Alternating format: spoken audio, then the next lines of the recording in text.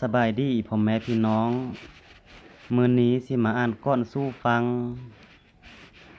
ชื่อก้อนว่าเฮาพี่น้องเกิดท้องแม่เด้วบางคนเป็นพี่น้องเกิดหวมอุทธรเด้วบ่มีคุณความดีแบ่งปันกันใสยามกินห้าลิกลีนี่ไปทางไม้บ่มีบิแบ่งให้กินพร้อมร่วมกันบัดยามเจ็บป่วยไข้ขิงห้างสมเสไผเด้สิแลมองย่องยามมาเยี่ยมมีแต่ญาติสุมเจ้าเอากันมาเบิ่งคนอื่นเข้าบ่ได้มาใกล้ซ่องแหนมดอกนา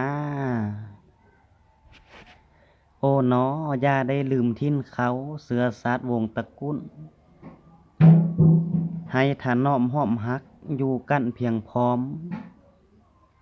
อย่าได้ไล่ล่าทิ่มวงซ่าคณะญาติให้หักกันพร่ำพร้อมอยู่สอนหลอนคำเสาสิหวังเจ้าจึงสบายหันแล้วประพันธ์ก่อนโดยไหมแสงมณี